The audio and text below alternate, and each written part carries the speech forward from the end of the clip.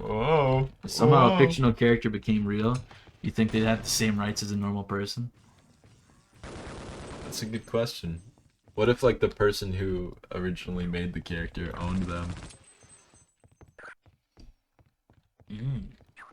They would have 3/5 rights. There'd be like a cartoon rights activism. Oh, here my fucking own bugs come. We're not jokes anymore. We're real. We exist. Get used to it. Yeah, I don't know. Like, Oh, here comes the ninja. it haunts me at night thinking about what if I made a cartoon character and they came to life. Would I have to support them? Would I be like responsible? Support them. Yeah.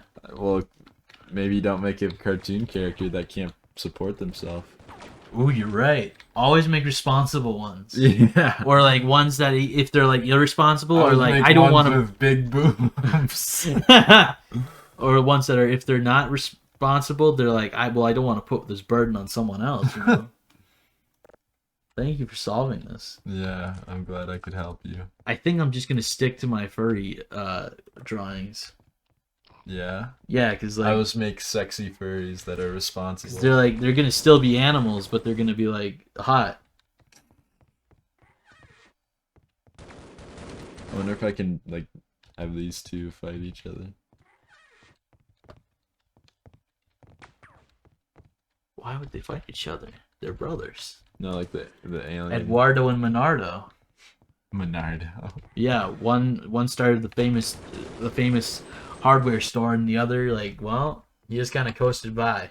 The ever get- famous ninja team. Yeah, the famous ninja team, Eduardo and Monardo, with their brother Retardo. We don't talk about him; he got sent away.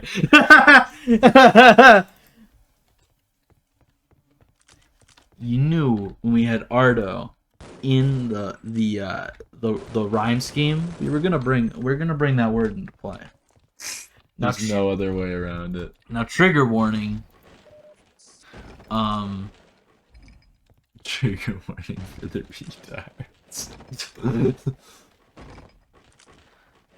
I don't think they have it worse. I think I don't think mentally challenged people have it worse. I think the guy who is like not who's like low has a low IQ but is not like technically mentally challenged is like he is cognizant of his inability to function at a high level, but he's just like, you know, like it's like having a stroke. It's like I used to be able to operate at a higher level, but now I don't.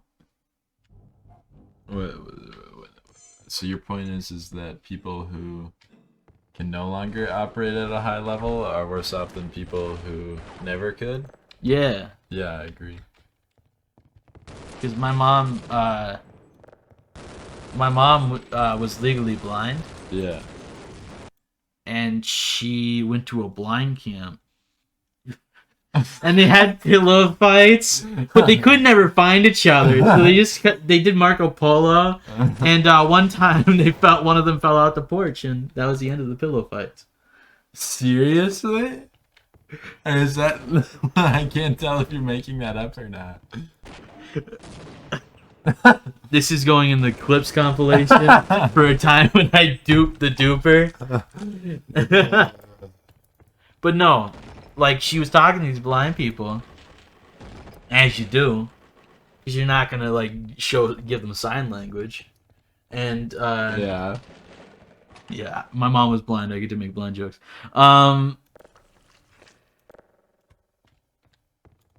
And they were like, "Oh, we feel so bad for you." And she's like, "Why do you feel bad for me? I got to see." And she's like, "Well, we didn't have to lose it. We just never had it." Huh. And I guess that is true. Like loss is the greatest part of the suffering, you know? You just kind of like accept things if they happen to you, you know? Open door.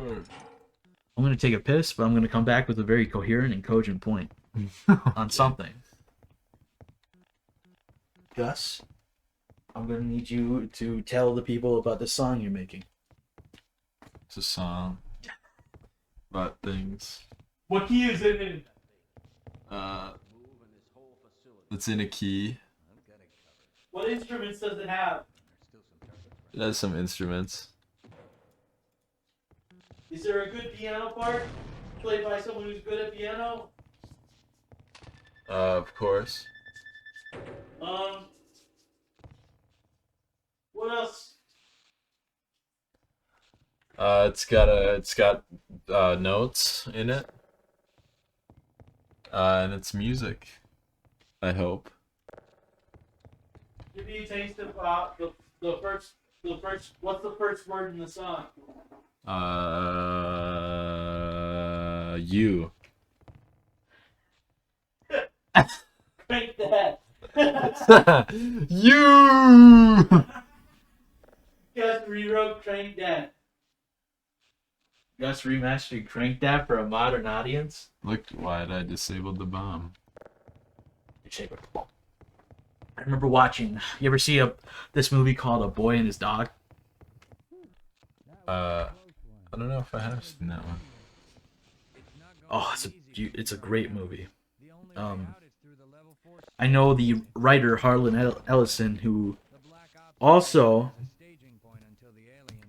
did I Have No Mouth and I Must Scream, did not really particularly enjoy the film. But if you watch these like, there's clips of him. He had this thing on HBO where it's like Harlan Ellison talks, and like all of them are just him bitching.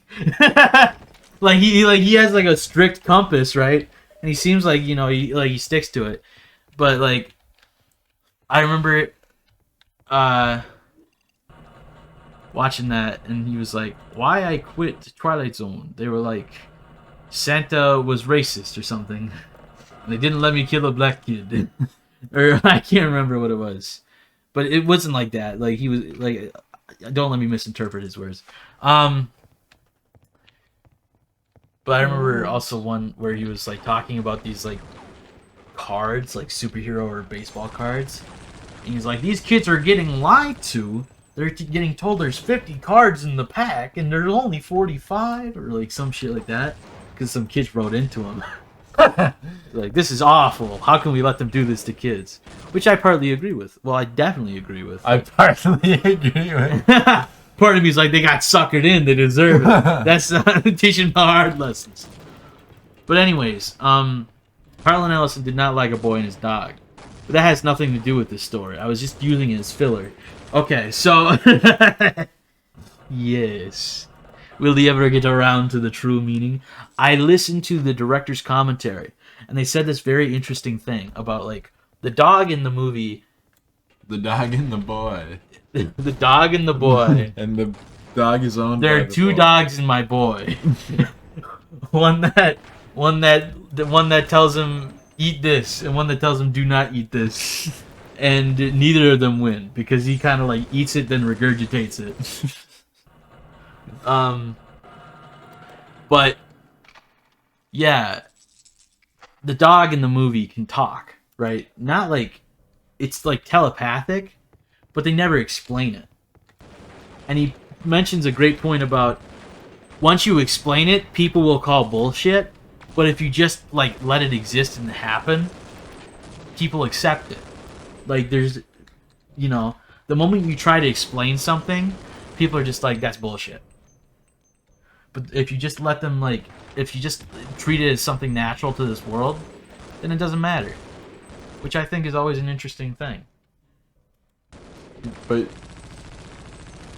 So, this is why they don't like... Or this is why the Boy and His Dog is good? No, well, The Boy and His Dog is a great movie, but, like... But I thought that was a very cool like thing. That was something I learned from it, and I always took that to heart when I wrote stuff. Yeah. That's a good point. I don't know. It's hard to like think of things while I'm trying to kill 70 ninjas.